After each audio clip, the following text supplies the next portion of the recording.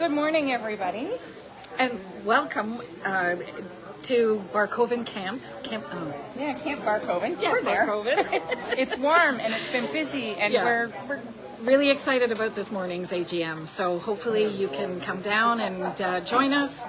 And we'd love to see you here. And it's going to be a great morning. Come for a barbecue. And for anybody who doesn't know, this is Karen Fisher, our wonderful chair of Friends of Wellers Bay. And I'm going to run you around right now. I'm Toby, for those of you who don't know. I'm going to run you around on a quick tour. We did say we were going to start at 10 o'clock, but there's still folks milling about, settling in, signing in. So let's go see what we can find in the area. Bear with me, because I am not a videographer. See, already, I don't know how to turn my camera around. Okay, this is how I'm doing it. Oh, there we go, there's the button. Look at, you're doing this with me.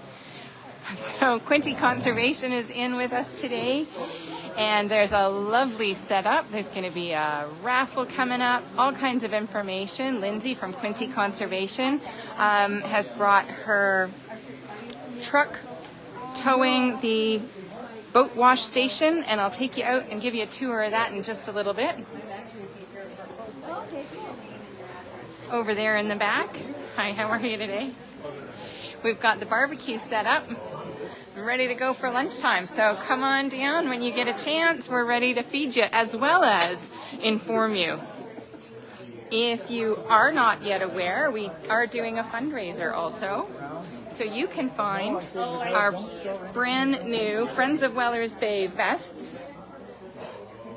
And they're only $75 each, which when you feel the quality of these and understand that they fit like a glove, they're beautiful, and they are a fundraiser for your Wellers Bay, I know that you will also see the merits of it. What else have we got on the go today? We're here at the coffee station. No charge. Ready to go. Have a great AGM. Folks are still getting signed in. We're set up at the front. And just in case you don't know where Camp Barcovan is, I'm going to show you the front door so you know, buzzing down the road, exactly what you're looking for. I'd also like to thank the folks here at Camp Barcovan for sponsoring the meeting by allowing us to use this space. So this is the sign you're looking for out here. And we are just in the main building, right as you come in the drive. There is room to park along the roadside. Please make sure you're leaving room for everybody. We've got some signs out to let you know where we're at. These are our new lawn signs you'll see up at our meetings now. We have some great banners that work well indoors, but we were really struggling to get those to stand up out in the great outdoors. So let me walk you over and show you the boat wash station. You can't stay.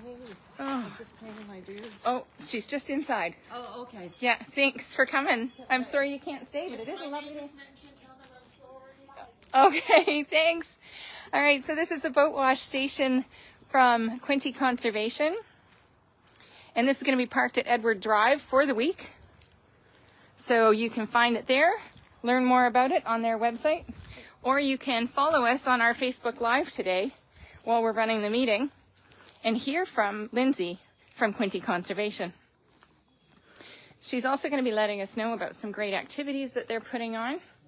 So feel free to check out their Woodland Wellness event series. All right, let's get back inside and see how we're coming along with meeting prep.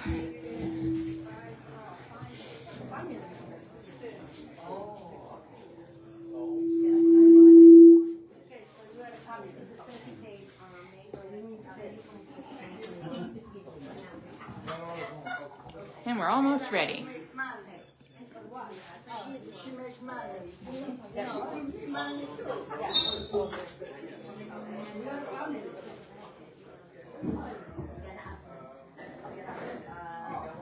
We're going to get started. Sorry for the delay. Just there's a bit of a problem yet. Please, you see Quinte Conservation is here. Please, talk to Lindsay. Lindsay brought the boat wash that's outside as well, so you can have a look at that and ask any questions that you might have. And thank you so much for being here today. It's a beautiful, almost fall morning. and we're really looking forward to our meeting and our discussions today. So I think I'm just going to go ahead and get started, actually. So my name is Karen Fisher, and for those of you who received a letter, the letter might have been, my name might have been at the bottom of it, but it took a team to get that out to you. And I just really quickly would like to introduce our board members who are very, very busy, as you can see right at the moment. So we have Cheryl Lunan, who is our treasurer, and you saw her when you came in the door. Karen White is our secretary.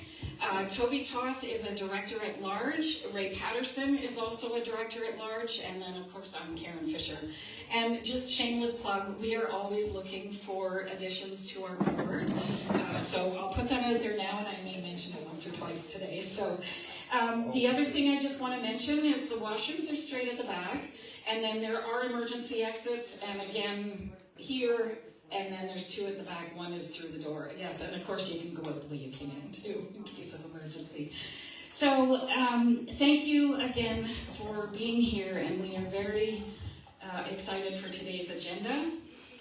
And it looks a little long, but don't worry, we'll get through things fairly quickly. And I would like to start though, and pardon me because I have to read from my phone because I go fairly paperless. And I'm going to start with our territorial acknowledgement for today.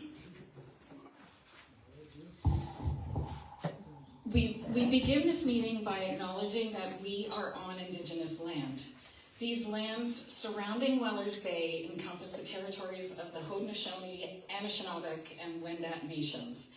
This region is covered by the Upper Canada Treaties and specifically the Crawford Purchases of 1783. You may know that Wellers Bay is rich in Indigenous history, and for centuries this area has been a hunting ground and a passageway by war parties of various Indigenous nations. I would like to take a moment just to talk about Carrying Place. Carrying Place is not just the oldest, does not have just the oldest road in continuous use in Ontario.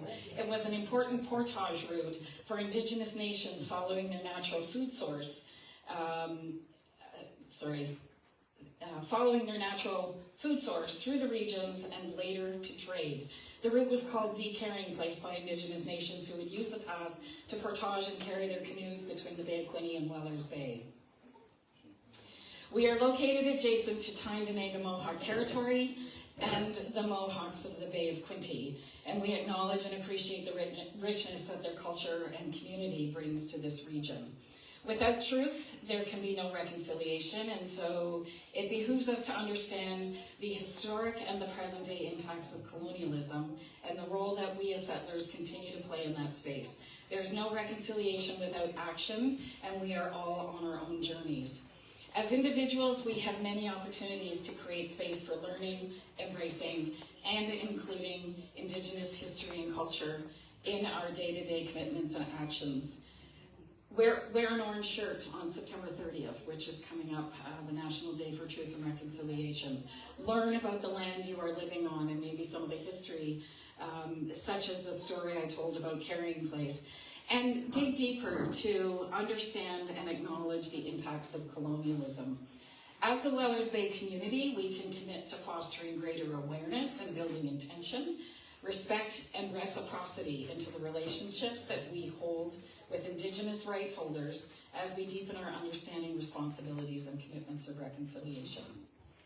As settlers and treaty people in the Wellers Bay community, we thank all the generations of people who have cared for this land and water for thousands of years. Long before today, Indigenous peoples have been the stewards of this beautiful place. And we, as Friends of Wellers Bay, are also stewards of these waters and lands and endeavor to care for them as reverently as they have been. And we will continue to make the promise and the challenge of truth and reconciliation a reality in our community.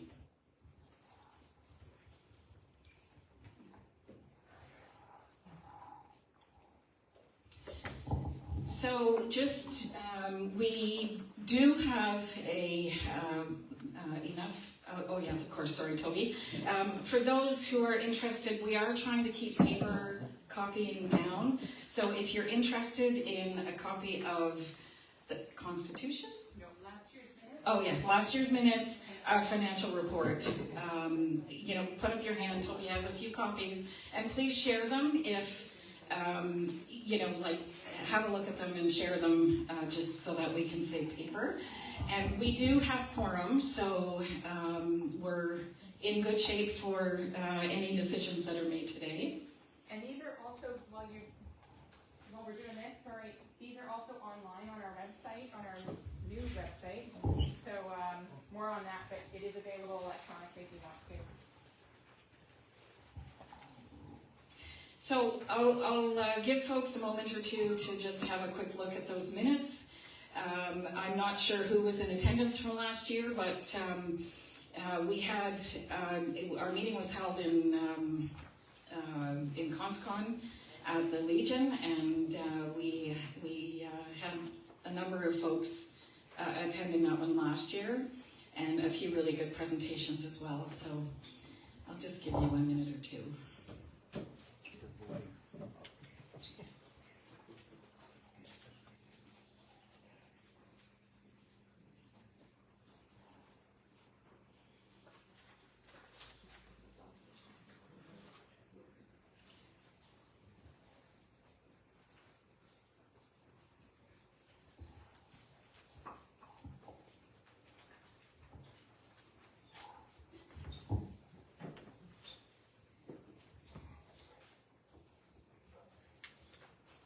I think in 2023, one of the biggest things that happened was our that Quinty West took over the responsibility for channel markers, like placing them and maintaining them.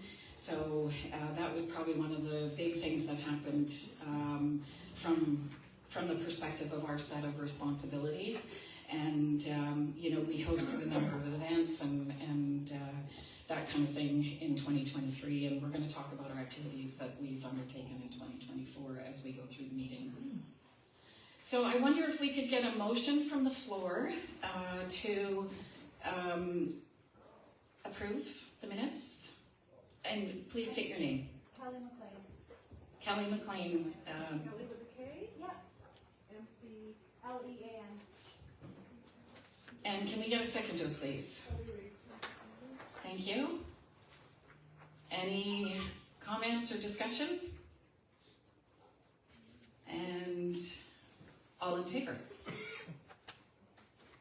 Oh, great.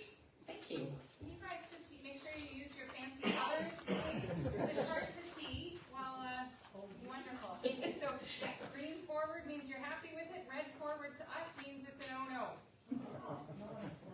There we go. Okay. Thank you. There's a sea of green. Excellent. Okay.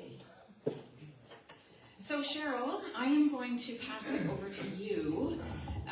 And Cheryl is a bit under the weather today with bad allergies, perhaps, and but we do have a microphone, so her voice. Oh, I'm sorry. Sorry. Can we get an approval of the agenda? I missed that. Can I get a... okay, Kelly and a seconder. Lynn Sommer? Lynn Somley. And all in favor? Thank you so much. That's passed, Karen. Thank you.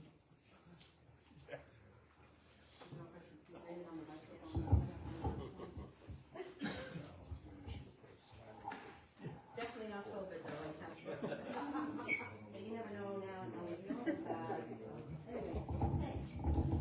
So, if you look at our assets compared to last year and this year, you'll notice the numbers at the bottom are very similar. Sorry, can you hear me? Yes. Okay. The numbers at the bottom are similar. We moved some things around in investments. That's why it looks like there was more in investments last year, but less in our cash. And then this year, there's more in the cash and less in investments. That's because one of the GICs ran out in May and wasn't renewed till June, and our year end is May 31st. So it is back in there. We have some money in a cashable GIC at 4.25%. So we can take it out if there was a major project that everybody voted on. But for now, it's sitting in there. And our liabilities, all that was down at the bottom. That's because we still owed for our review by vouch at the time of closing. So that was all. And then, another slide.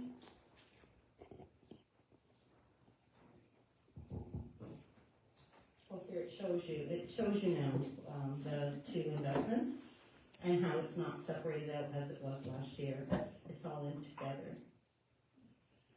So we have a line of credit, but we've never used it. Shows you what our expenses. Then we have another page after this that shows all the expenses and the revenue. Okay. There we are. Oh no, that's not the one. There are only 2 slides. Only one of the two? Okay. Well, I can tell you basically where the money went. Our membership fees were down as they have been since COVID. This year, I think they're already going to be better based on just the last few weeks. And we made some money in interest, made $1,500 in interest now that we do GICs. Before we were making nothing. So we had professional fees, which as I said is Welch, the auditors, of $2,000. Our other big expense is insurance. It's $1,700, and it's liability insurance for anything anyone volunteers for, so that it's completely covered if everybody was to be injured or have a problem. So we did go down $3,000 last year to this year, because as you can tell, our expenses of $5,000 exceed what we bring in. But we have to be reviewed, so we don't have a choice on that. Cash flow, just buying the investments. Yeah, so it shows the cash at the end of the year for 2023 was only $9,000. Now it's almost $15,000. However, that's because of that GIC then moving over. So I think that's about it. We don't really have any big assets, like equipment. So yeah, so it has been audited. It is the Welch reviewed copy of what we did last year. So do I have to accept it? Or any questions? Any questions? That's a very good question.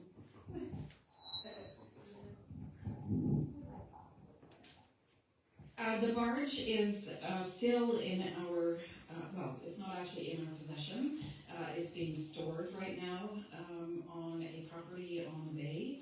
And that is, you know, the folks like Steve Raymond and the folks who were doing the boys in and out, they never really use the barge. They use their own vehicle, like their own boat. And so it's kind of just something that's sitting there, and you know, we don't really have a use for it at this point. So we have to have that discussion as a board as to you know, how we can kind of get rid of it, dispose of it, sell it, whatever. Yeah, and so we will have that on our agenda moving forward.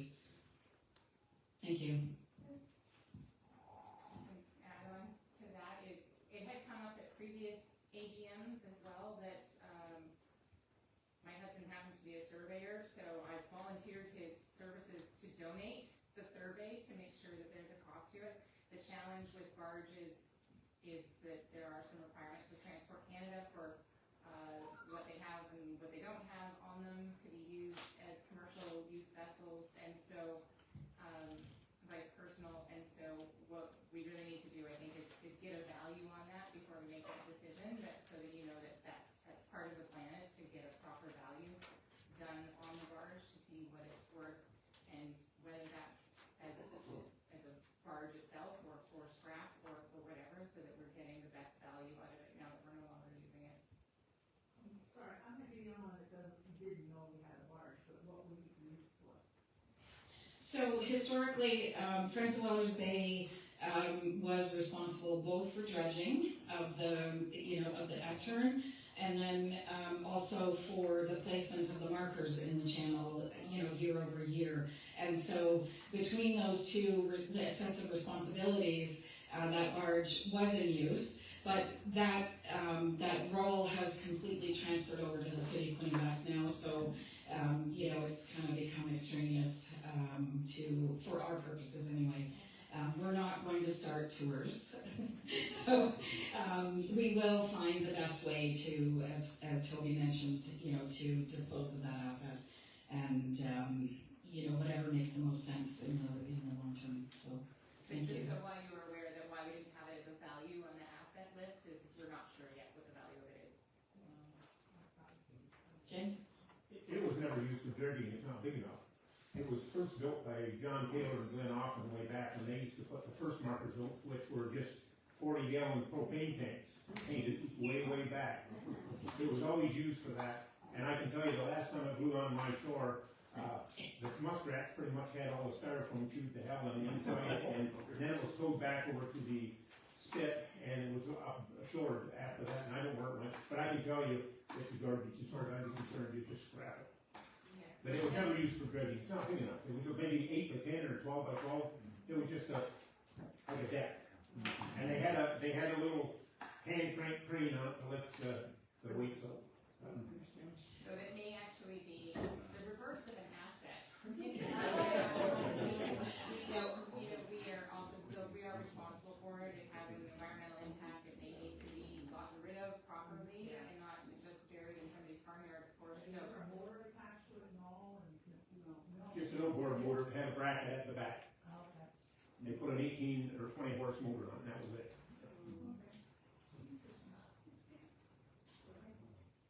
Any other questions? Yeah, so do we need a motion to accept? I think we did. Cheryl makes the motion and we just need a seconder. I make a motion to Ross Chase. Thank you, Ross. And you can use your handy dandy little card. Yeah, all in favor? Awesome, thank you. Great. All opposed? I didn't actually do a count. We just saw a sea of green. I just want to make sure. And thank you very much, Cheryl. Thank you very much for doing this work for us on a regular basis. $2,000 a year. And as I'm a bookkeeper, it's my side donation. It seems silly to pay when we have so little. Yeah. Okay, now I'm going to hand the microphone over to Toby. And Toby, we have a couple of new projects that Toby's going to be introducing to everyone. And the first one is, we've talked about our website for a long time, and with Toby's skills, we're building a website that any one of us can actually update and add photos and so on and so forth. So Toby's going to walk us through what that looks like, and then I'll just leave it with you for the next one. Okay, sure. Great. Thanks. I will use the mic unless you guys think that I'm louder now, because I always feel like I'm yelling at everyone. I'm apologizing right now. I'm going to sit. Oh, you want me to run that? That's lovely. Thank you. I was like, I'm going to sit. Okay, so first question is, why are we switching websites? Let me back up and ask you, how many people have gone to our friendsofwellersbay.org in the last little while? How's it looking? Better, right? That's good. It's shiny and it's beautiful and it's lovely, and it was built with people who were previously on the board who understood how to use systems that I don't understand how to use. They're not drag and drop. So it was a challenge for us to, first of all, even inherit control and go through the administration of that and make sure that GoDaddy, which is our domain host, and there's some like Beaver Ready app, whatever, and there's these different apps that had to be put in and used, and for somebody who knew how to do that, it's wonderful. They made a beautiful website. So friendsofwellersbay.org is still up. But the challenge is that none of us know how to make updates to it. So until yesterday, when I magically figured out where I could take the old boards from a couple of years ago, the old boards' names off and put our names on, that's the only update that's happened in 2 years.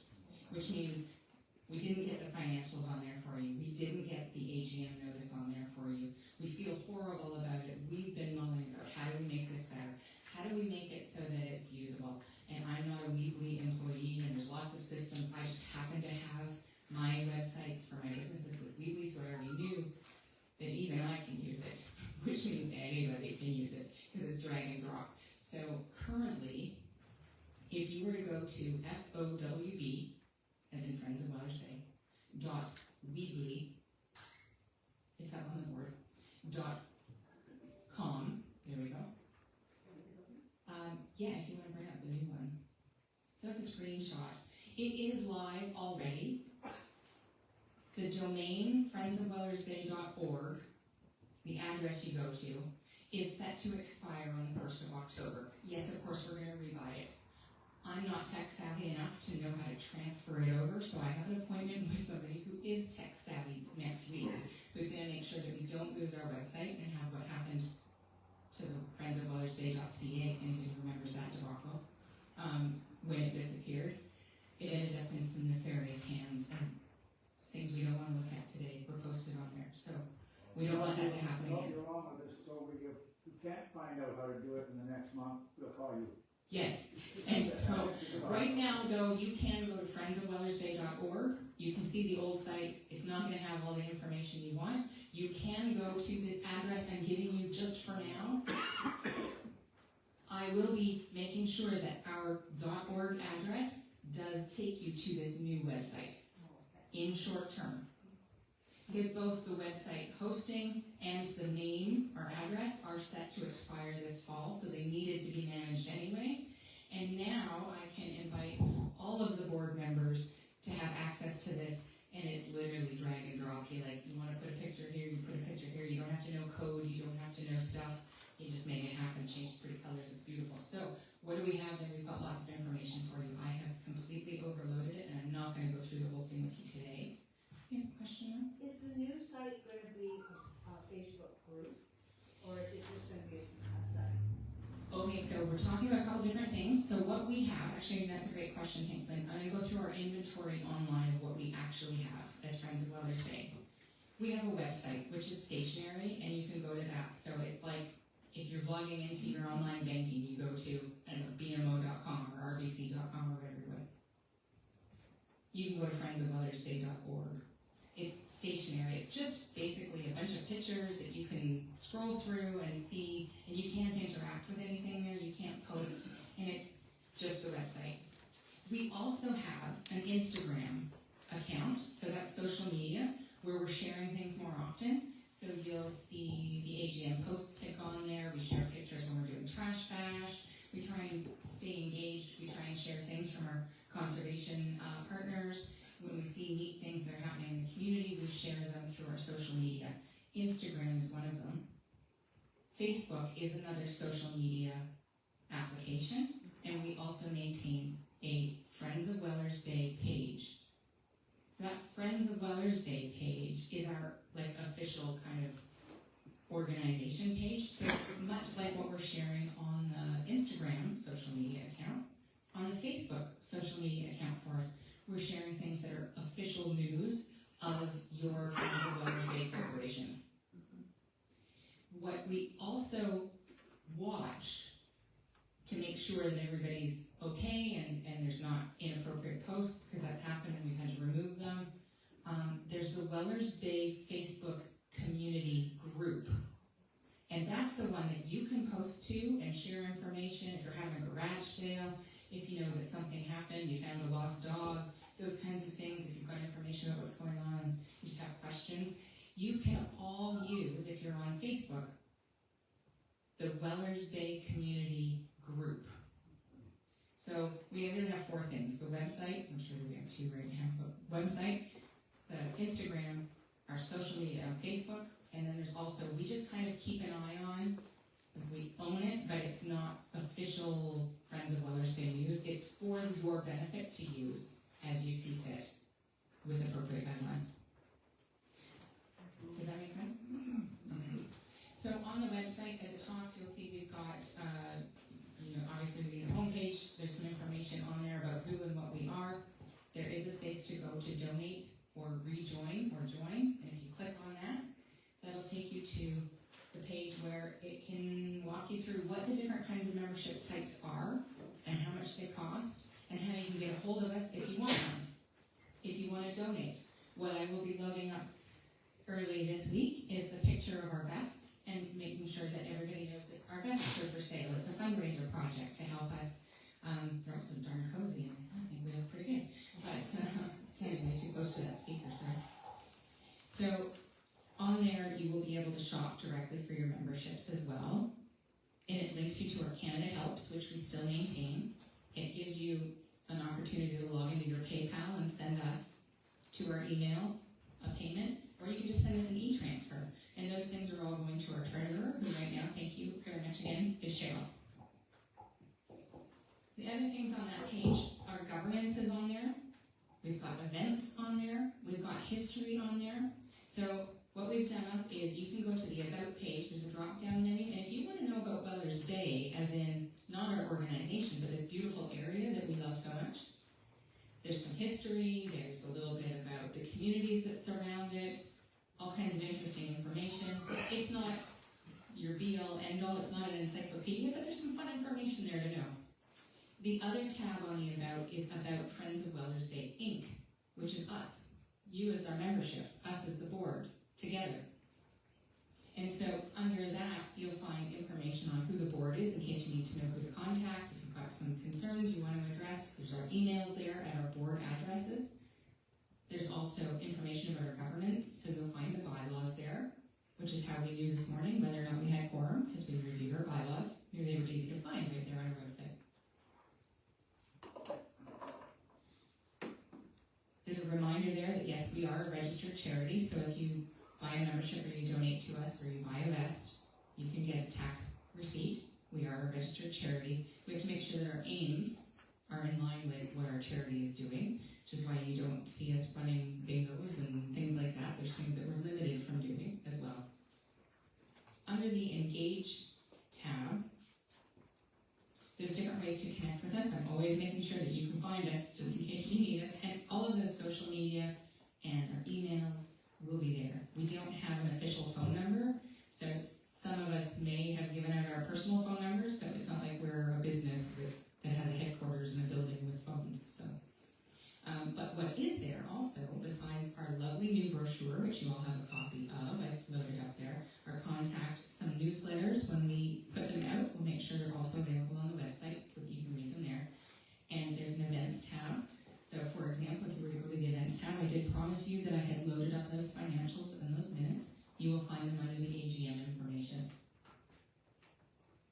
Also a big thank you there to Camp Barcovan again for hosting us as a donation to the organization. So thank you again. Appreciate it, Jerry. Trash Bash, we don't have the information for the spring Trash Bash yet, but once we get that information, we'll post it there. So events that we're doing, we'll have on the website. A little bit about our water testing, stuff like that. It's still a work in progress, because I put a lot on there actually. So bear with me as we keep working on it together. Can you go back to the top for me, Karen?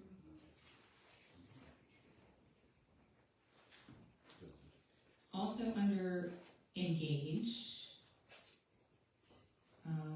was how to volunteer. What volunteering looks like. And I just want to take a really brief moment to talk about that. Karen had already mentioned that we're always looking for, first of all, we're always looking for new members to support the organization. We don't just need your money. Yes, we have money in the bank. We collectively, it's not us, me. I would love to have the money that Friends of Wellers Bay has, but it's not for me. It's for our aims of the corporation.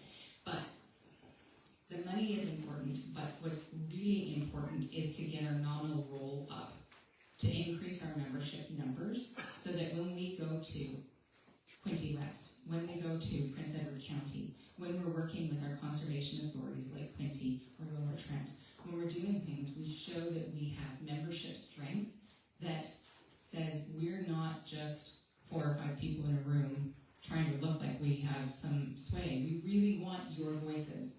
We really want you to show up and let us know, what do you want your Friends of Wellers Bay Incorporated to be and do? So we need you. But we also need some volunteers, because it does take people to do stuff. And so volunteering, though, doesn't mean that you just have to join the board, though if you want to, let us know. We always want to have those conversations too. But volunteering could be helping to set up chairs on a day like today, run the barbecue on a day like today, like a one-shot deal. It could be helping you with the website. It could be doing some history research on Wellers Bay. It could be sending out emails for us. It could be anything.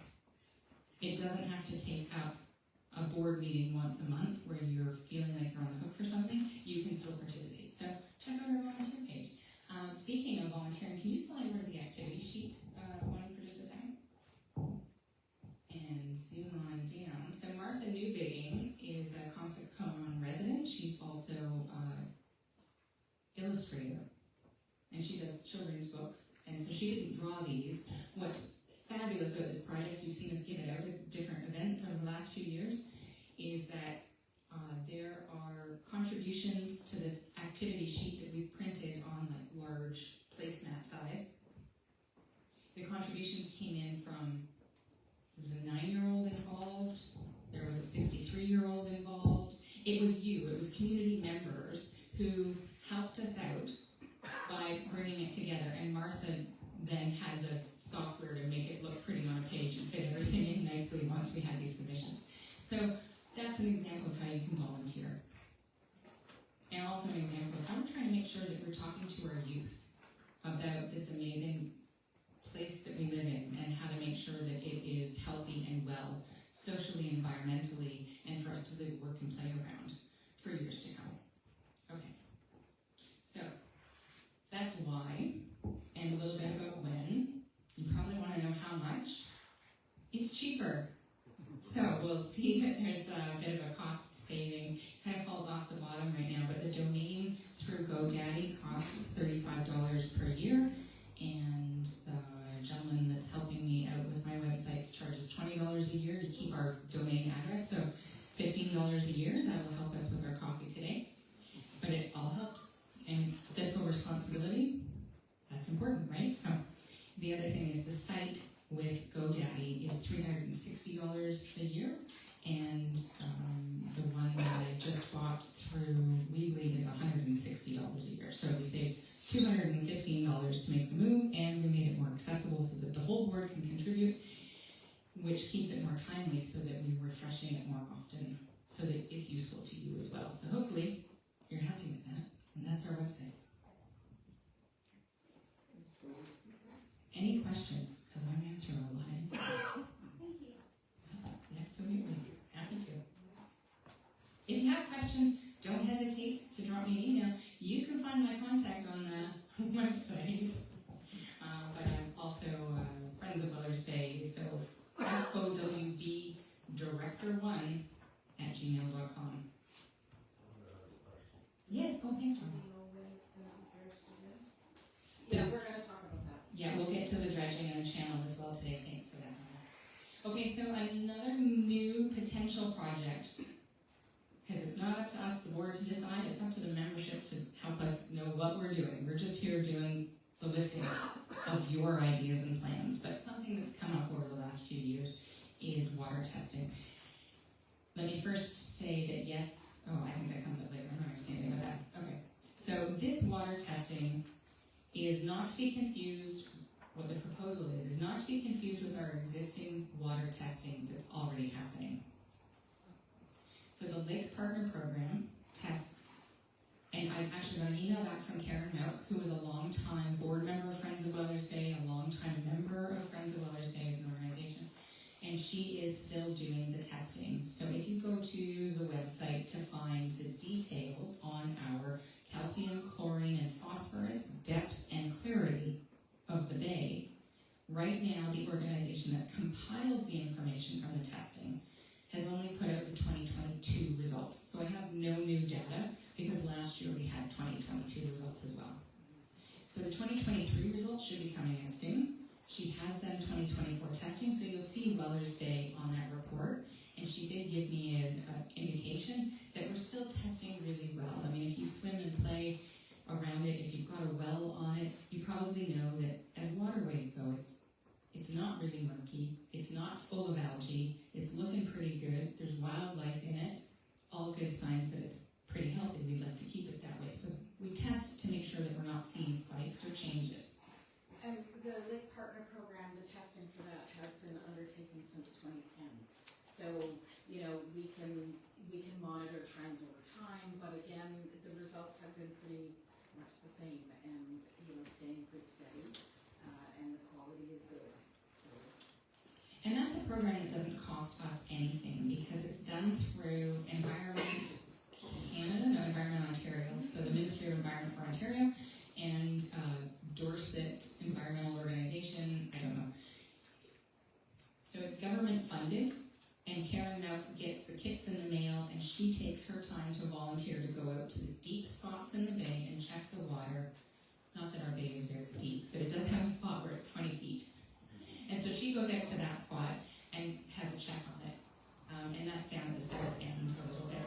As you all know from walking, playing, swimming, and boating, hopefully you haven't found any headaches out there while you're boating, but it is not very deep. The other one that we started, and we did put Friends of Wellers Bay money towards buying the kits so that we could do it, is the Water Rangers program. What the Water Rangers is testing is for oxygen levels, conductivity. It also tests temperature, and it again tests pH. So there's a little bit of overlap, but we have 2 kits, and that's where I encourage, if you want to come out and test water with me one day at the shoreline, I'm not going out to the deepest part. I happen to go down to the end of my drive. I don't have a waterfront property myself, but I wander down to public water space, and I do a test.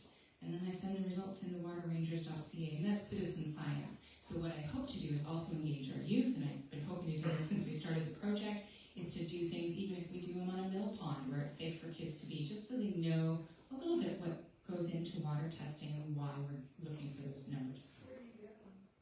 The kits? We bought them from Water Rangers, which if you go to waterrangers.ca, they'll sell kits. So Friends of Wellers Bay purchased 2 kits so that we can test, we have multiple people, and right now we don't have multiple people, so if somebody wants to do up at this end of the bay, keep an eye on the numbers. We have a kit that we can sign you out, and you can be our citizen scientist. Great way to volunteer, where you don't actually have to show up to board meetings in 5 minutes.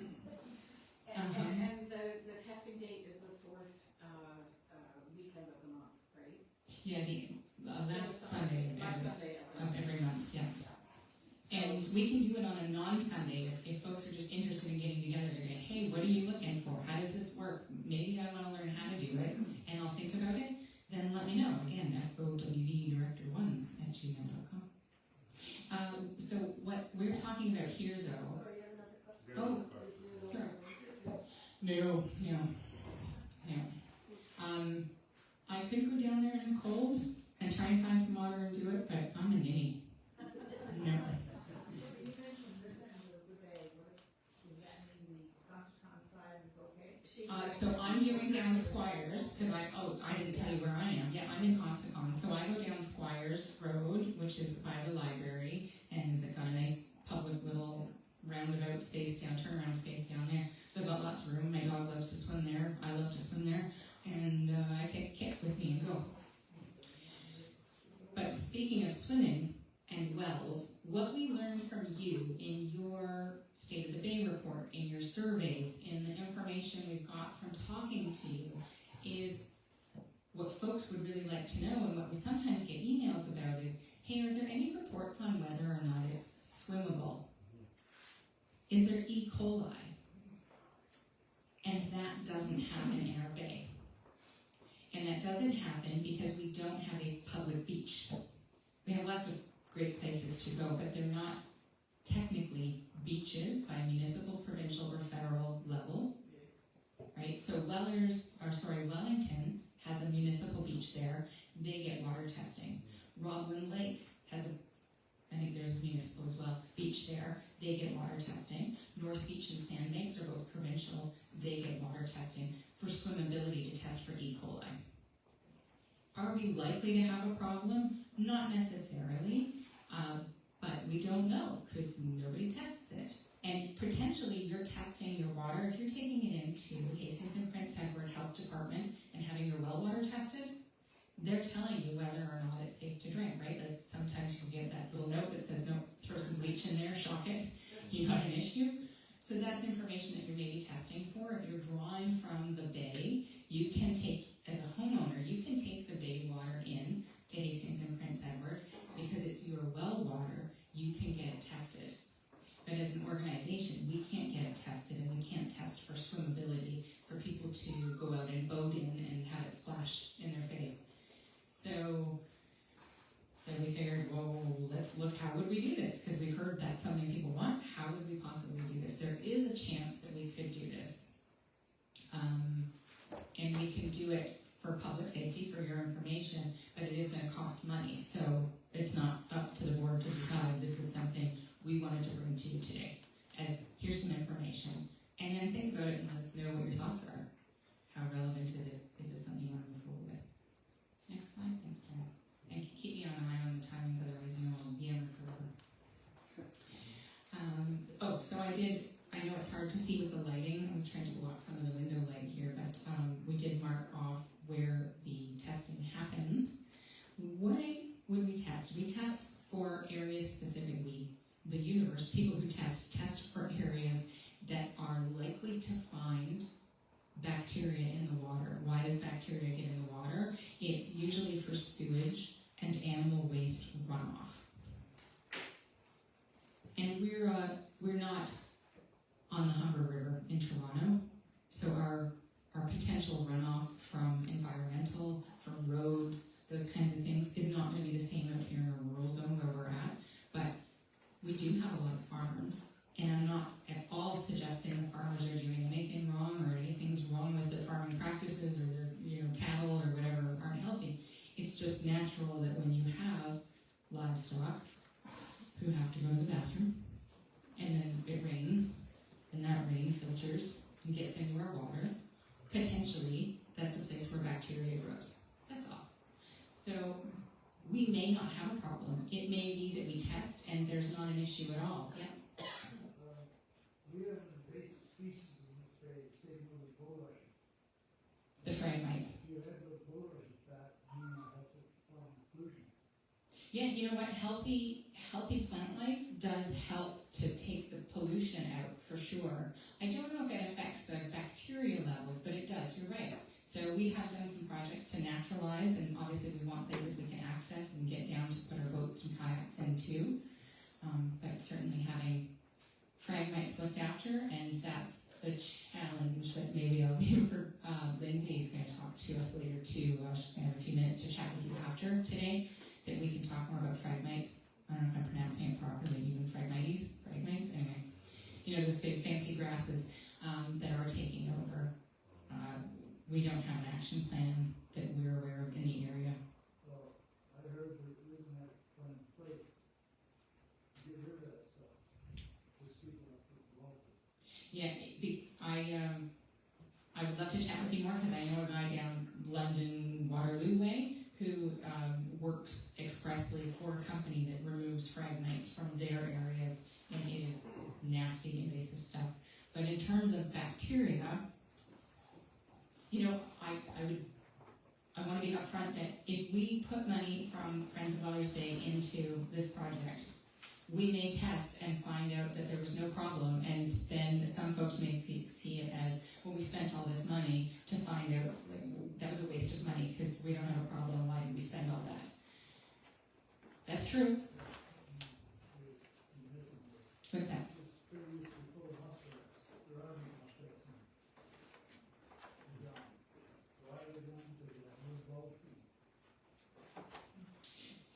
So our natural plant and animal life is absolutely an indicator of the vitality of our bay, 100%.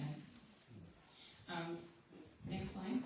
So in terms of cost, if we were to do this, there's three different ways we could do it. We can, and I'll show you that on the next slide, there's, the summary is we can go to the municipality as an advocate group.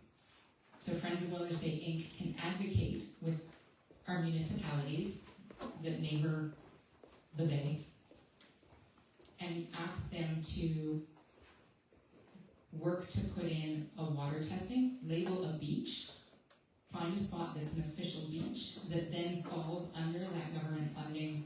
I mean, it's all our tax dollars have to still pay for that, but then Hastings and Prince Edward or their labs would be covering the tests, and we wouldn't have to. So we could just advocate that the tests happen and put some bugs in ears at municipality levels, looking across the way.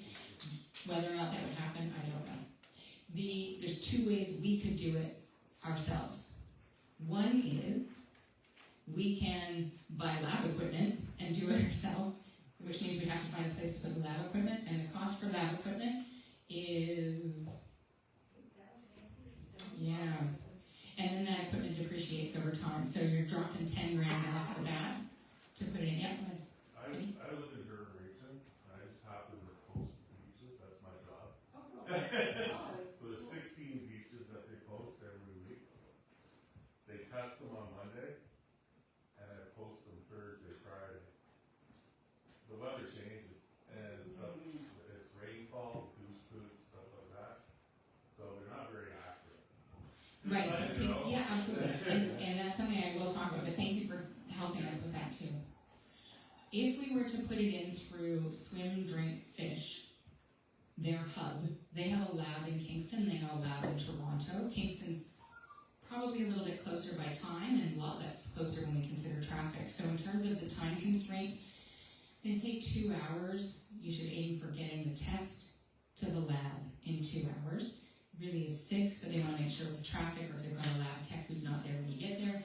So it requires people to do testing, it requires people to drive the tests in, it's how often do we test. That's going to change the cost of it, is how often we're testing, but the basic startup costs to do it are $2,800, and $800 of that is for our training on how to do the tests properly, and $2,000 of that is their management, site selection, them coming out, helping us build a program, build the information that goes out to our group. So there's some admin time and work hours, obviously, to set this up for us. And then there's the actual supplies. So whether we had our own lab or we used their lab, the supplies every year are $65 per site per test. Because you're actually doing 5 tests in a site, so it's $13 or whatever. I've got more math at home on a spreadsheet, but I've summarized it here because you don't need all the no's.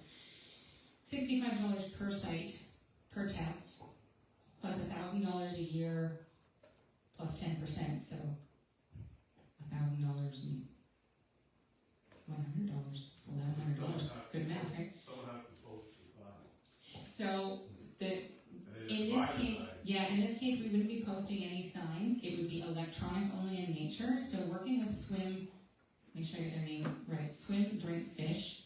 They are also a not-for-profit group, and they're now working with different places internationally, but they have a really great website where their lab posts the results themselves. We don't have to worry about posting the results. What we do is put a link to our specific location results on our webpage, and anybody can go to our webpage and see the results. Though, it's Eddie, right? Yeah, okay. As Eddie suggested, though, the results do change. Maybe there's more geese in the region, maybe the rain's changed, maybe something's different. So what it takes is, if we're doing this, we have to do it in accordance with the government requirements for what proper water testing looks like. So we have to do it at least a certain number of times in a year. We have to do it at least a certain interval. And just because they do it one time and it tests well doesn't mean that in the mid-range between intervals of testing there isn't maybe an issue. But what it's doing is it takes 2 to 3 years to establish what our bay's E. coli health looks like. And that would help us to figure out how are we doing, just generally speaking. So it is really a 3-year commitment of those funds. One of the other things, if we look to doing this, is we have to figure out where we would like. We've got some sites in mind, but obviously they have to have somebody come down who knows what they're talking about and help us understand if we picked good sites. I think in looking at the requirements for sites, we picked good sites. One we would suggest to them happens to be up here at the channel, because you've got water moving between bodies. So what's coming in from the lake or what's happening from the bay and going out the channel, just that channel area would be nice to know. And also, that's where a ton of people swim. So it's not just for swimmers, it's for people who kayak and fish and boat and paddleboard and all those things. If you're potentially getting water on your face, in you, then you're potentially going to get sick if there's bacteria. The other site that we thought would be great is the opening of Consacon Creek into the bay. And that's because the 10-kilometer long Consacon Lake and all of its farmland, and that runoff comes out into the bay there. So what's coming from Consacon Lake into the bay would be great to know, because that's really where so many of our farms are too. So it's just an idea, it's a potential. We're not necessarily making a decision today. It's a conversation we're having. But if we are making this decision, we have to think about grants that we maybe could source, some fundraising. Did I mention? These are on sale for $75. They wash and wear very well. They're a quality piece, and they're helping us help you. Some of the risks. So the SWOT analysis, what are our weaknesses? Person power. We have to have people commit to do this. You don't have to commit personally to do 3 years, but if you can commit to do 6 months, maybe a year, and then hand it over to somebody else who can do another year, but we need some commitment over a 3-year project. Somebody who can drive it into Kingston in a timely manner. I mean, if it comes down to paying them mileage, then that's another cost to the corporation, unless we have somebody's going that way or is happy to volunteer their time and gas to do it. So the budget implications, and I put down there a risk is that it may not roll over to other testers. So there's a couple of goals with the project. One is to get good information about whether or not our bay has E. coli problems. The other is to help our municipalities and our province understand if we have enough people using the bay and they're swimming in it, maybe they should be considering establishing a beach and putting the money in at some level that has not yet been done. Or maybe they should be looking at doing the testing themselves, regardless. And so it's good information, but we may do that for 3 years, get a baseline, and then just keep doing it or not doing it. Maybe we just establish a baseline and drop the project, or maybe we establish a baseline and nobody else wants to take over. The municipalities say you're on your own, province says stuff it. So then it's just on us to keep paying that annually if we want to continue having that swimmability, usability test in terms of E. coli. I always say it wrong, coliform. I always get it wrong, put the L in the wrong spot. So what are our options here to you? Today we can completely table the idea, and table the idea means instead of having it out here on the floor for discussion, we put it on the table, which is basically put it in a cabinet. We'll talk about it again next year, see what we think. Give you time to mull it over. We can decide today that you would like us to advocate with the municipalities to do some testing and hopefully make some headway for them to take this project on themselves, where we did commit no money, just effort, people effort. We can decide today that we should go out and seek funding, like grants, to make this possible if we want to move forward with it. We could decide today to proceed with the project and fund it out of Friends of Wellers Bay money, just for the site assessment, and see if we're even a candidate as far as, so it's like a partial, put money in to see, it's at that $2,000 for Swim Bring Fish to work with us, come down, choose a site, and they may look at our waterway and say, you don't even need to do this, at which point, then we can decide not to do anything further. Or we could decide to proceed with it, fund it out of Friends of Wellers Bay, commit to the 3 years, and advocate with our municipalities and province that somebody, dear goodness, somebody help us with this and establish a beach so that you can do the testing elsewhere. Discussion. Sorry. I shouldn't use the microphone. I'm loud enough anyway. Thoughts? Yeah. Has anybody thought about putting something, let's say, in the Gazette or some paper to kind of see if there's anyone within the broader community that has deep experience, like work experience, that, you know, could help with that process? That's a great idea. Nope, we haven't yet, but great idea. I'll add it to our list. Okay. Other thoughts?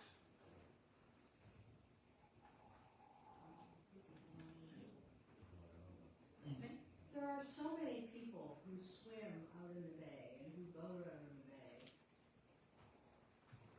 And a lot of them are not people who live on Wellers Bay,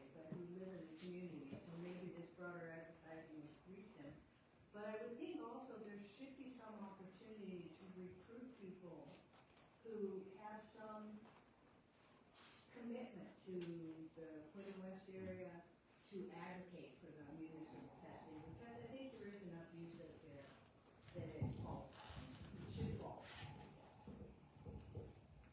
But I don't know how you do that. Right, yeah, so we can absolutely advocate, we can put letters in, we can go to council, we can do a deputation, we can ask, we can research, we can listen, because a lot of advocacy is listening to our municipalities to know in what ways are their hands tied, so that we understand what the limitations are, and then work for creative solutions together. So we can absolutely move forward on an advocacy level from today if you are interested in the project at all. So maybe, can we start there by vote of how many folks are interested in even exploring getting the municipalities or the province to do testing for us? Take two. Is this an issue for you, is basically the question. Would you like to see some swim testing? Show of hands, by greens or reds, I can count, put them all up. If you don't want swim testing at all, face the red to me. It doesn't mean whether or not we're paying for it. Okay, no swim testing at all. 3, 1, 2, 3, 4, 5, 6, 7, 8, 9, 10. And abstain, if you can put those down.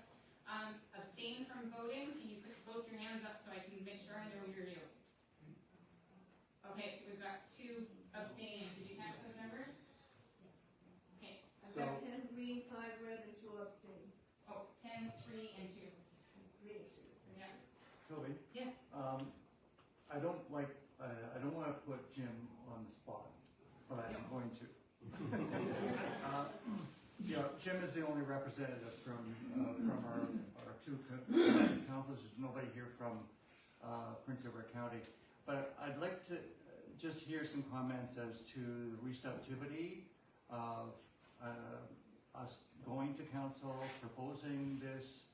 Do you feel that there would be receptivity to hearing the issues? And I saw you shaking your head earlier about the funding part, but if there's a case made, we found that Quinte Council is very open to input and interested in what's going on. So just a couple of comments, Jim?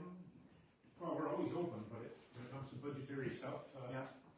I mean, we're a $100 million enterprise. Everybody thinks we got money coming out our ears, but I mean, the municipal tax dollars being stretched more all the time. Since I've been in municipal politics 30-some years ago, I can tell you, from the township to what we're dealing with now, we're funding stuff that we never ever did before, and there's always people, and new programs, people got their hand over.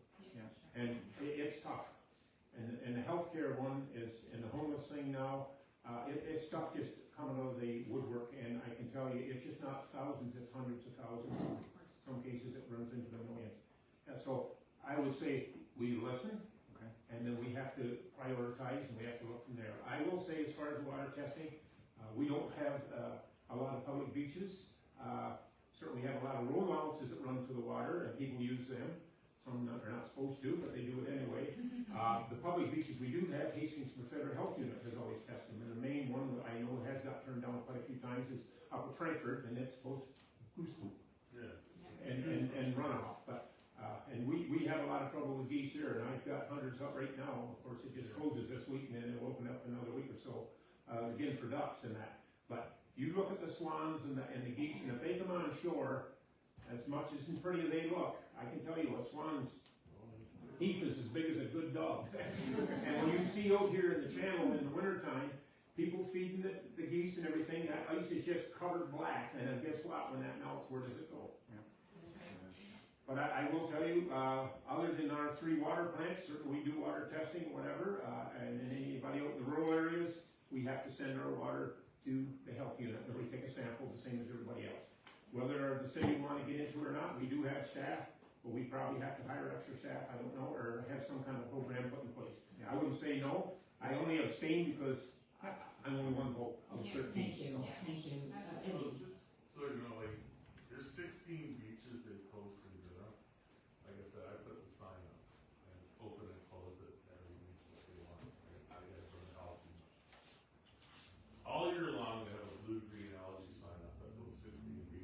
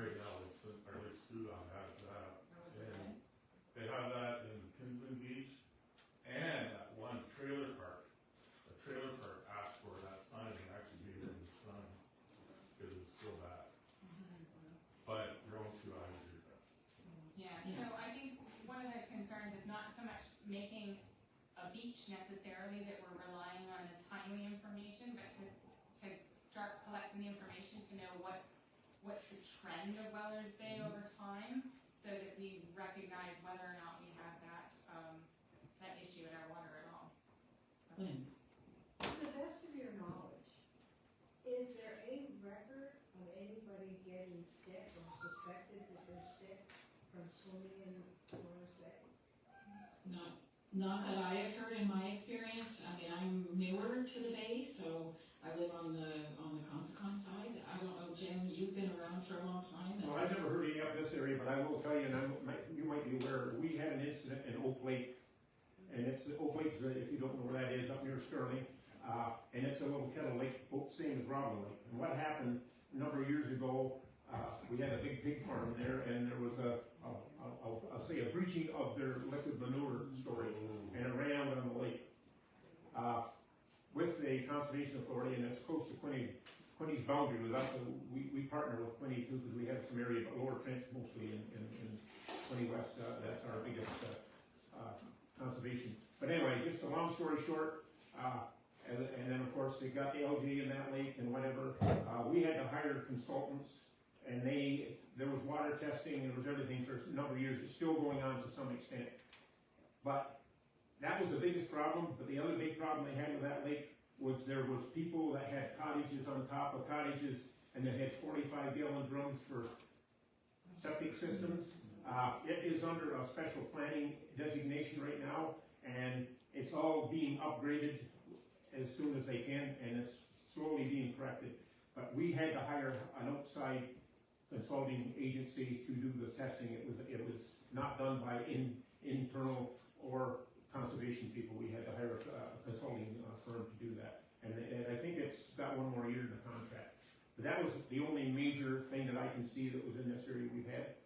I can tell you, I get questioned on this development down there, as my wife calls it, the monstrosity down the road, that sewage is running in there.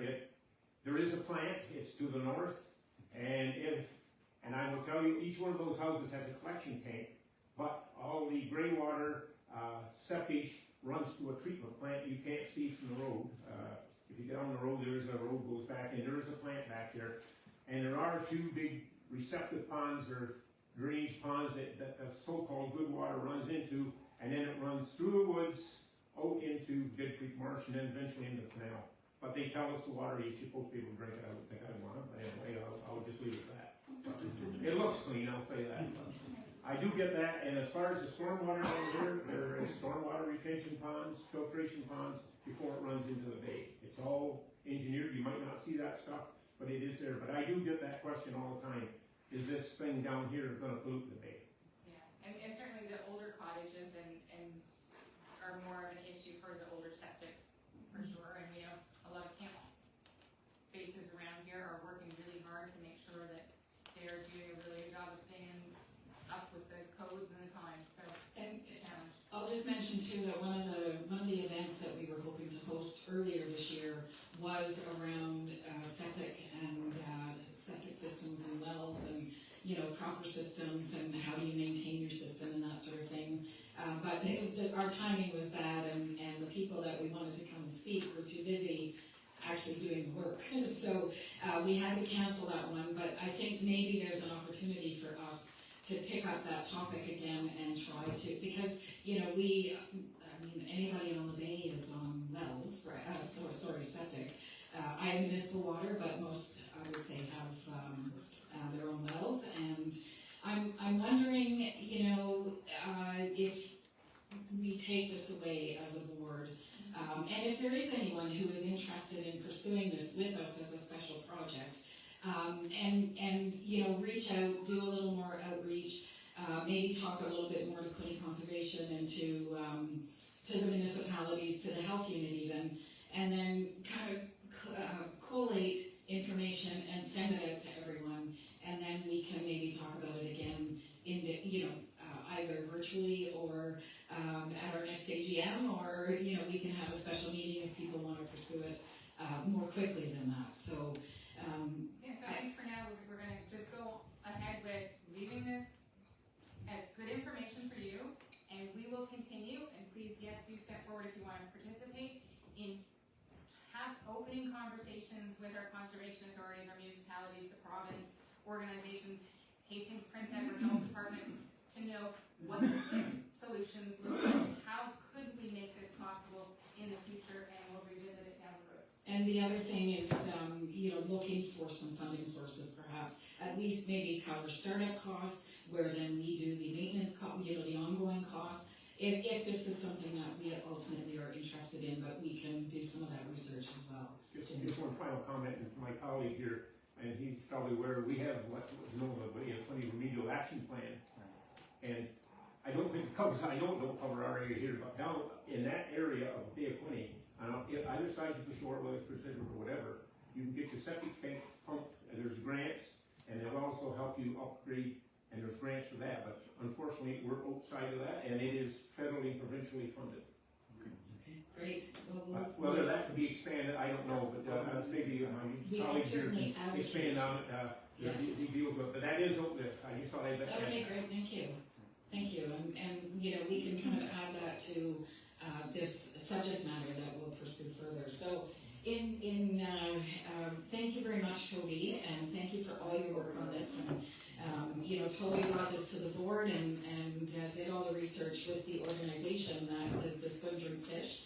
And anyway, I'm just going to run through the next set of slides, and I promise you I will be quick because we do have some refreshments. And feel free to get up and refresh a coffee, have a snack while I'm talking. So I'm not going to go into too much detail again on the next few slides. We have a strategic plan. The board's been around. It was established in I think it started in '87.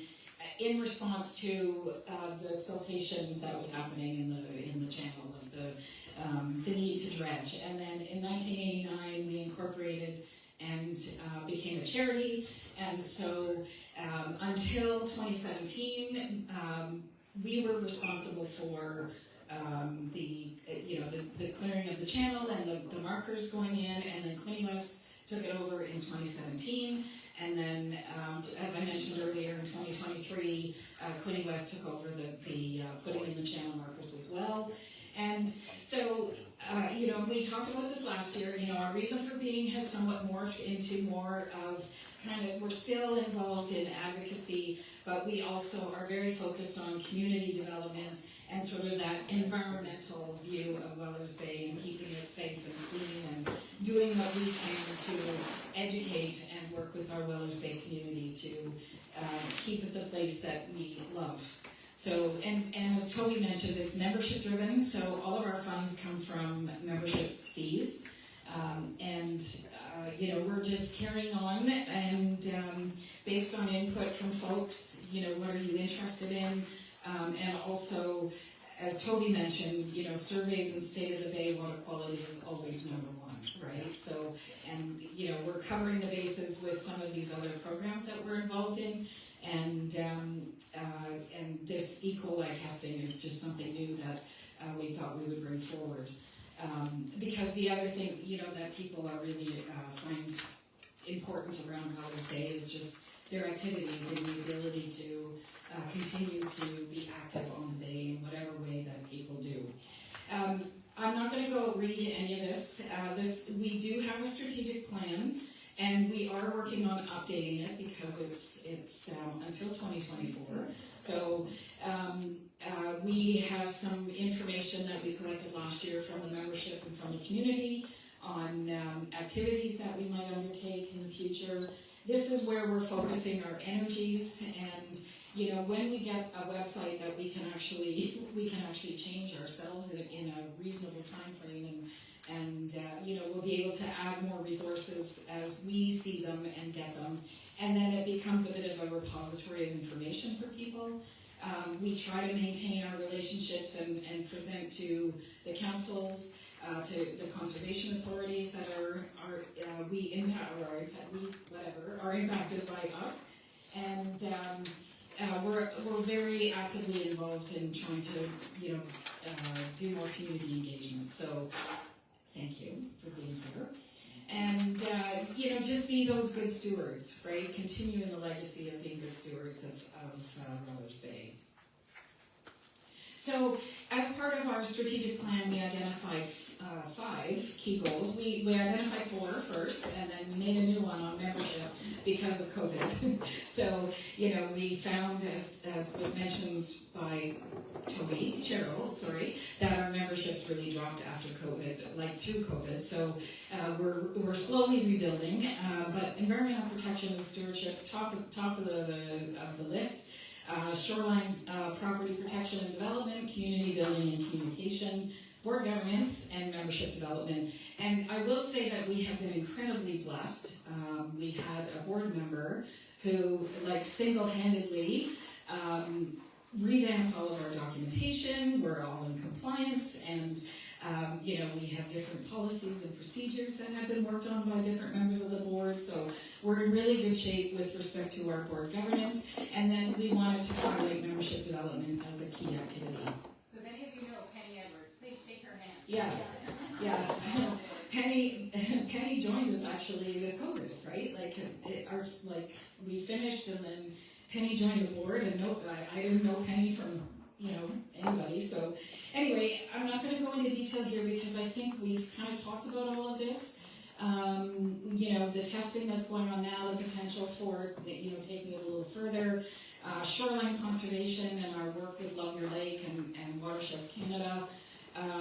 We have a State of the Bay report that has outlined some additional information. We did use the State of the Bay report to inform our strategic plan when we did that process. So, and then we're doing workshops and sharing information on a regular basis. And as I said, we're going to really up the game with respect to our website being a place where we can store information. So somebody asked about the dredging, and it's in the budget for the City of Queen West to do for 2025, but it's weather dependent. So unless there's a good hard pack, Jim, of ice, they wouldn't be able to do it. In fact, they were going to do it in 2024 and couldn't because of the ice. Yeah, Jim, go ahead. Oh, sorry, you have a question first. Who's doing the study on There's no study. The engineering department looks at, they look at the depths, and of course, we just can't willy-nilly go in there. We have a stack of permits about that thick and rules we have to go by. But what we really need is a hard freeze and that big bank of ice on the lakeside. We used to do a lot of things. We used to build a causeway across and put excavation equipment on the other side, and now that island, or it's not an island because it's connected to Prince Edward County, that piece of land now is an Anansi up at this end, and in Canadian Wildlife, of course, got the other end down where the old bombing range was. So we're very restricted what we can do. We have a lot of armchair, I'll call it, engineers over there that say we should have done this and we should be doing that. And it's not that we don't want to, we just have limitations.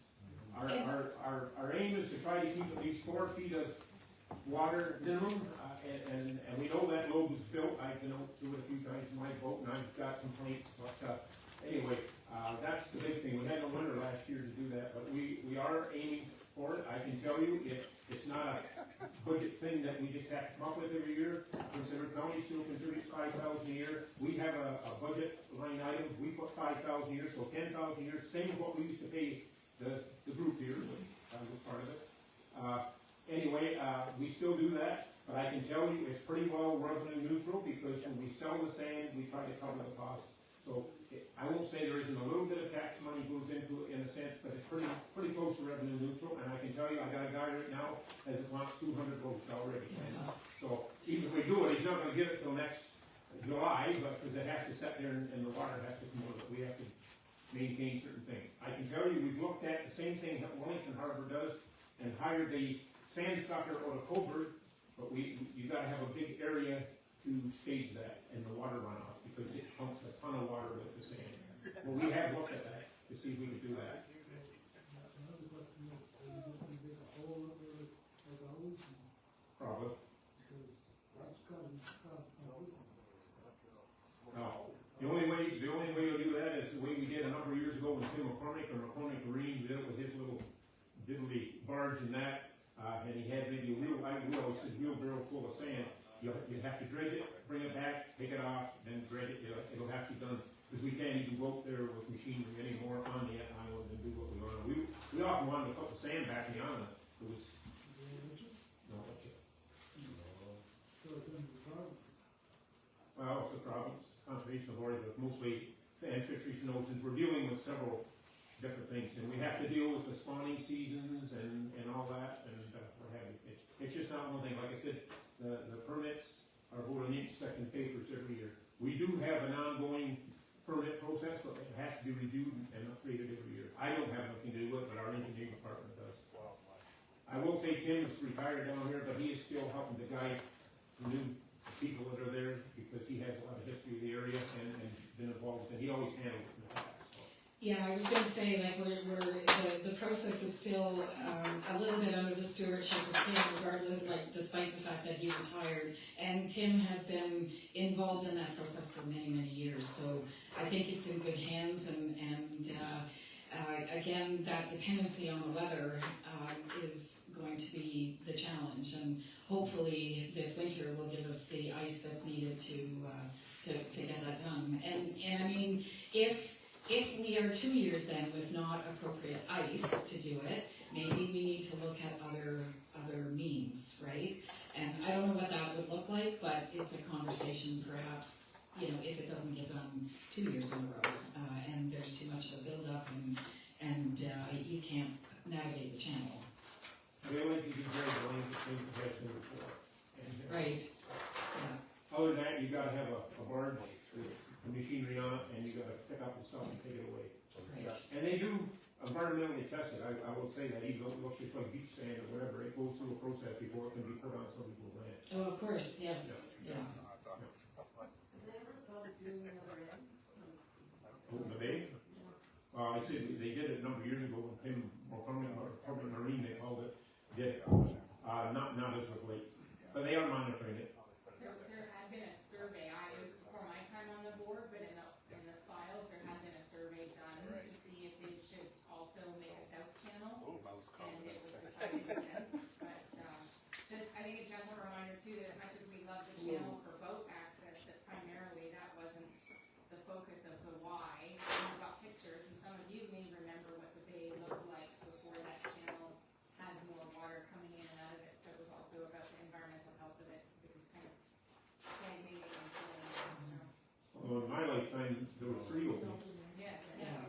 yeah. Yeah. and I've seen them fill in. So Yeah. even this road here, when I got it back in the 80s, in the winter time, as the water's starting to drop now, you could walk across it with your shoes, and that's when this group was put together. Well, it's the Channel Association then. It's Yes. mostly just Yeah. people from up here that formed it, but, Yeah. and then it expanded towards Consicon and further down. But, no, it's changed in my It's on our lifetime. new website, Yeah, it is. That's great. I really thought that was but we do appreciate it. So I'm just going to move on to community building and communication. And again, we've kind of talked about it. Toby talked about it as well. And so I don't need to kind of go over it again. I do just, and we did a voting on water safety. I don't know who was able to attend that, but it is online. It's available, right? Oh, I forgot, we have another asset, YouTube, we are on YouTube. Yes, we have a YouTube channel, and the event was so interesting. And we heard from Bright Marine, we heard from the OPP, we had the fire department there, we had Toby's husband Mike to talk about electric shock drowning, and so that's in our repository, and really interesting. Like, it's like, wow, I didn't know that. You know, lots of great information. So we will continue to try and bring topics like that to the group. And yes, we're going to. Yes, yeah, we'll carry that forward and maybe do it as our first event for 2025. I have a question for you folks though. By show of hands, if we did a talk in person, no, let me start again. If we did a talk online, would you be interested in showing up by Zoom? Is that something you would or could do? If you could show up in person in January,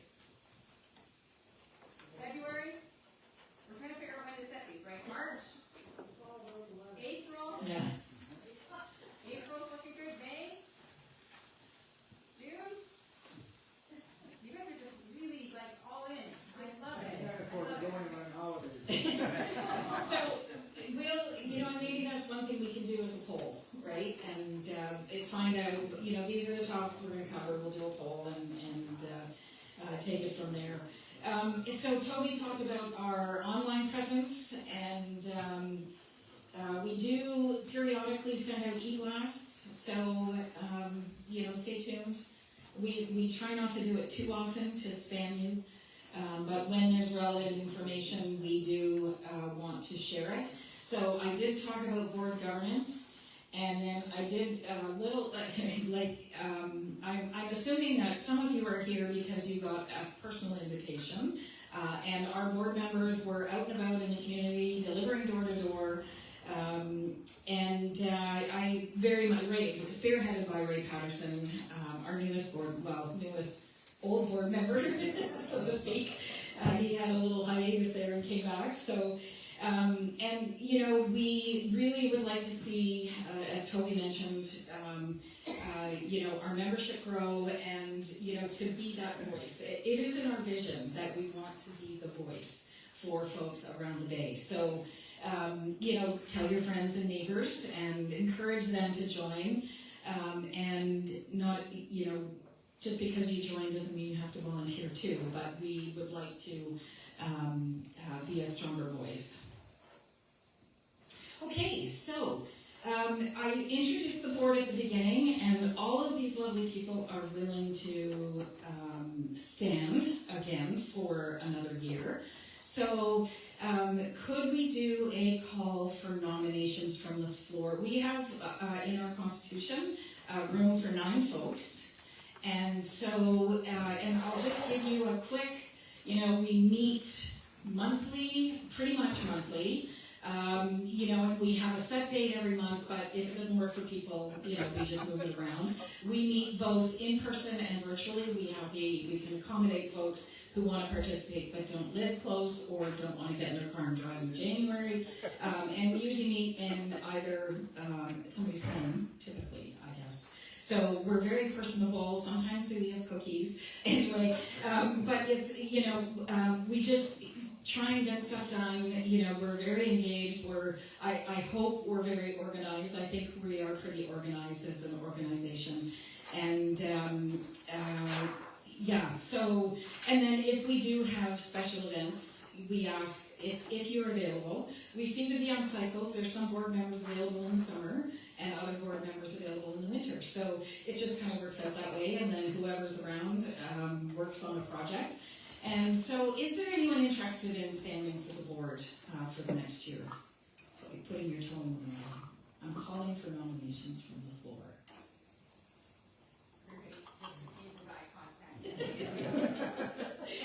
And it's okay, like, we appreciate that you are here. So, you know, the 5 of us are a very dedicated team. I'm very proud to be working with this group. So I do have to call for nominations 3 times.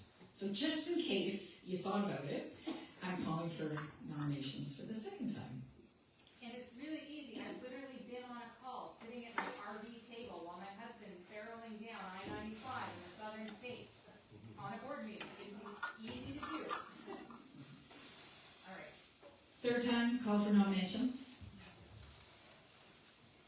And I will close, I'm not hearing you, I will close nominations. And this is your slate of board members for 2024-25, and thank you. Oh, there we go. So can we get a vote, please, to accept the slate as presented? Oh, we've got... Motion to accept. Yeah, yes. Motion, sorry.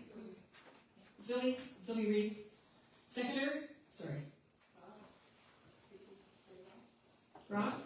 Oh, Jim Elliott? All in favor? Awesome. Okay. Thank you so much. So, just before I take any questions, if you have any lingering ones, I wanted to introduce Lindsay Nash. And Lindsay, I don't know if you want to just say hi, you don't have to. Lindsay is gracious to be here and has a whack of information, pardon the the informal word, and she also has a draw for the birdhouse and the back house, right? No, sorry. No, so I have a draw here if you'd. Oh, sorry for the tree. For the tree. Yeah, I'm sorry. And then we're also. Do you want me to? Okay. So I have a few things going on, and I'm only going to take a couple minutes. So yeah, please enter your name on a ballot and put it in our little birdhouse here to win a red oak tree. If you don't win and you still want a tree, we have our trees giving sale going on right now. You can take a handout or just scan our QR code. So right now we're selling trees similar to this one for $20. And you reserve your tree now, and then there's 3 pickup dates around Thanksgiving. And you can pick up your tree on one of those dates from our office and then give thanks to the earth by planting a tree. So, something else we have going on is you may have seen the invasive species boat cleaning station that I tugged along this morning. That is actually going at the Edward Street boat launch for the week. So invasive species, aquatic invasive species are an issue all throughout the Queen watershed, and I think it's an issue everywhere. So to try to combat the spread, we have borrowed the invasive species boat wash station from the Invasive Species Center, and the idea is when people pull their boat in off the water, they will clean it. So there's actually a light air compressor. You can dry your boat. There's some really fancy barbecue tongs, basically, where you can take the weeds off. There is a tool to take out the plug to drain your boat. And then there's also a vacuum to vacuum out any invasive species that may be lingering on your boat and pull it out of the water. So feel free to go take a look at that and play around with it. And if you're a boater and you're around this week, then you can give it a try. Something else that we have going on. So we have our Woodland Wellness Event Series. So starting tomorrow, we're going to be doing, or not tomorrow, Monday, today's Saturday. We're going to be doing guided hikes from 10 until 12 every Monday until late November at various clean conservation areas. Free to the public. Just sign up online. I have a handout over there, and there's also a poster that you might have seen on your way in. We have lunchtime yoga on Tuesdays at Potters Creek South. And then we also have 2 forest therapy sessions. One's this Wednesday at the Underwater Conservation Area. And it's from 1 until 4. And it's a relaxation, meditation, connect with nature type of experience. So if you're free and you'd like to join in, you're more than welcome to. We are taking volunteers for our Trail Stewards program and other volunteer opportunities. We're probably going to do a volunteer session this fall. So if that interests you, you want to volunteer with Queen Conservation, there's some forms here and you can chat with me if you'd like. And then I also brought this bluebird birdhouse. We have a gentleman in our area who has offered to put together these birdhouse kits. It comes unassembled. If you need help assembling it, let me know. But he's doing that for free. So if you would like a bluebird box, you can take my card, send me an email, and I can connect you. He's also doing bat boxes, and what else did he say he's doing? Well, and duck boxes, like wood duck boxes. So if that's something that interests you, I can connect you to him. His name is actually Mr. Bird. Yeah, so I can connect you to him. He's just really passionate about birds and he likes building these things. So yeah, if that interests you, give me a shout. And then at the end of the table here, you can see I have a rain gauge set up. We have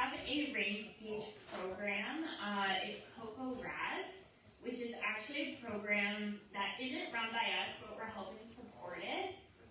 If you're one of those people who are just really into checking the rain, how much rain we got, and you want to share that, I can connect you with that program. I believe we're offering the rain gauges at either $20 or $30, and I can give you some instructions on that. There's a sign-up sheet there. If that interests you, and you go and you check it out, and you can upload your findings online, and then it's available for the public. So we use that data, and we appreciate that data. So yeah, you can help us out in that regard. So if you have any questions or you want to connect, please find me at lunch. Thanks. Thank you, Lindsay. And you know, when Lindsay and I were emailing back and forth, I'm like, yeah, no, you don't have to speak. It's just, and then now I go and put you in the spot. So I take it over for Maya, and you guys might have known her. She also had started working with Watersheds Canada and the Natural Edge program. We're still doing that. So if you need some support on naturalizing your shoreline, we have free 40-minute site visits. And I heard you talking about geese. So geese do not like direct access from your lawn to the water. And a good way to prevent geese from going on your lawn is naturalizing a significant portion of your shoreline. So if you need no? They got these wings? Well, you haven't naturalized enough, maybe. Yeah, so if that interests you, we can do a free site visit and create a planting plan for you and provide some support. And we can talk about invasive species. I know you were asking about Phragmites. It's a tricky one. So the Invasive Species Council, they suggest a combination of 3 techniques: spraying herbicide the proper way, with the proper licenses, with the proper people at the right time, mowing, and then a prescribed burn. And you have to do that for 3 consecutive years or until it is eradicated. So it's a lot of work. It's really difficult to eradicate, and it's a huge problem in Ontario. I know I'm going to be doing a Phragmites pull on Beaver Lake this fall. If you want to know how it goes, you can ask me next year. Yeah. Stuff is hard to kill because it's got interlocking roots that just keep traveling. Yeah, and sometimes when you trim it, you actually make it more, you make it more robust. It's like a haircut, and it just comes back with a vengeance. So it's really a commitment, the eradication. If you poison the roots, will you get it all? Well, it's also tricky because if you're along the waterway, there is some restrictions on what you can put there because you also don't want to be putting chemicals in the water. So you would have to hire somebody who specializes in that.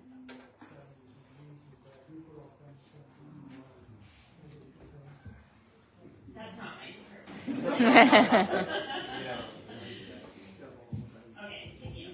Thank you, Lindsay. And would you do me a favor before you, I hope everybody has. Did everybody get a ticket? Yeah. Members for the draw? Okay, and so we're going to draw for a beautiful Friends of Mother's Day vest. On display at the back, so if you win, you just go pick the one that suits you best.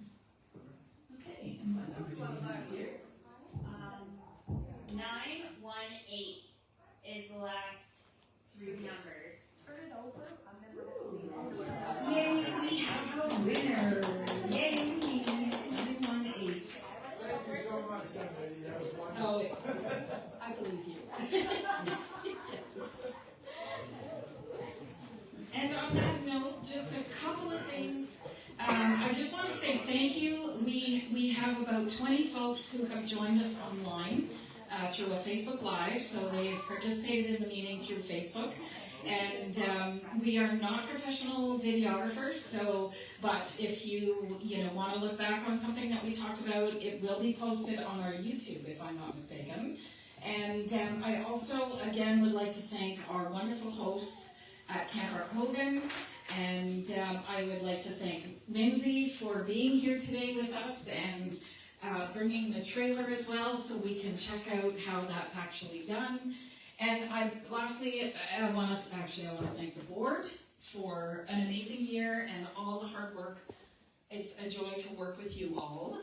And thank you to all of you for being here today and your attention and your great questions. And feel free to reach out anytime. You can reach out through our Facebook page. You can reach out friendsofwellersbay@gmail.com. It's in the brochure. And we are happy to follow up with you. So, and we'll be reaching out to you also periodically. So thank you again. And please join us for a burger or a hot dog. And Jim? Veggie burger, sorry. I noticed in your, you didn't elaborate on it, but I know you said other things. I'm kind of intrigued, what's your shoreline property protection and development? Are you going to set up a committee to patrol the shorelines and whatever? I just kind of wonder how you're going to make that work and what that's going to look like.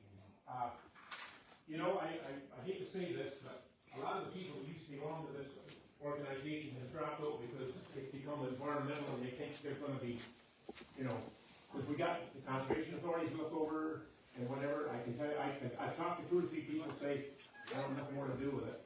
And I just want to make you that's out there.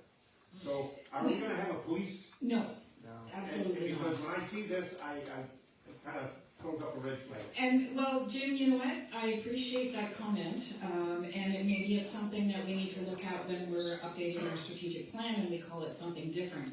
And, you know, so our strategic plan was done in 2019, post 2017 and 2019 floods.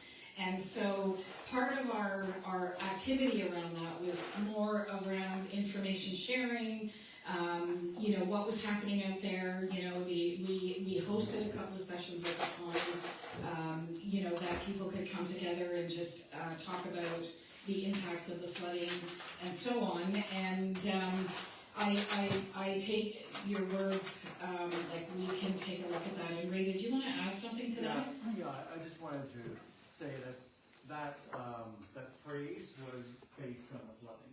It was based on shoreline remediation requirements, connection with the Quinte West and the conservation authorities as far as the advice on rebuilding shorelines. So it's not a policing, it was more trying to facilitate how to rebuild or naturalize the shorelines. And the other thing that came up was, the one person I talked to was when you had that group out of Perth, I think it was, that went around and done the study and sent comments to everybody, which I wasn't able to access every time I went into the website. I never did see what they said about my property, but anyway, there's this concept out there that Big Brother's looking over your more all the time, and we don't need any more, so I've been told.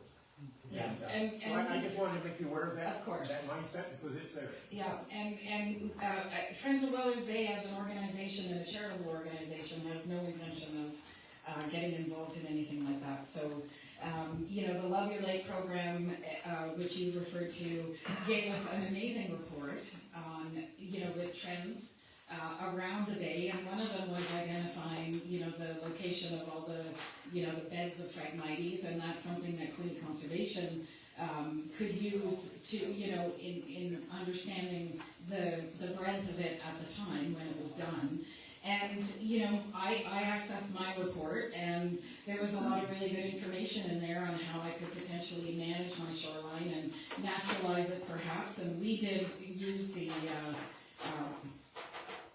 Natural Edge program through watersheds and conservation, and we're on a very wavy side, so nothing really sticks at the shore.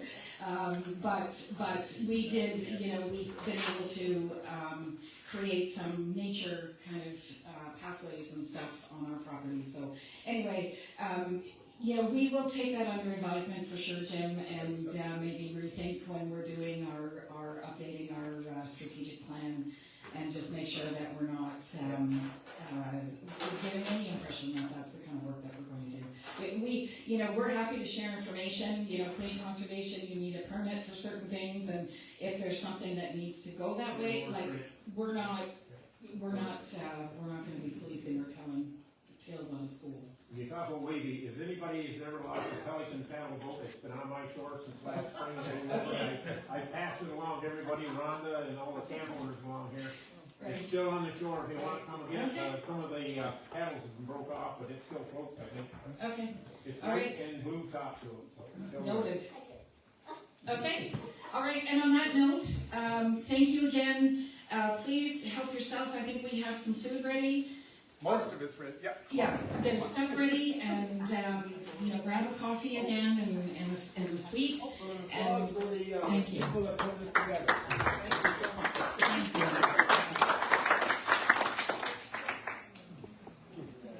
Hold your ears. So thanks very much for joining us online. I appreciate it. If you have comments, let us know. If you want to connect with us, you can reach out through Facebook, also Instagram, the website, the emails, you've heard it all. And this live video will stay live for a little while, but we will be moving it over to our YouTube channel. Wish we could share a snack with you, but hopefully you'll make it out next time. Thanks very much for joining us today.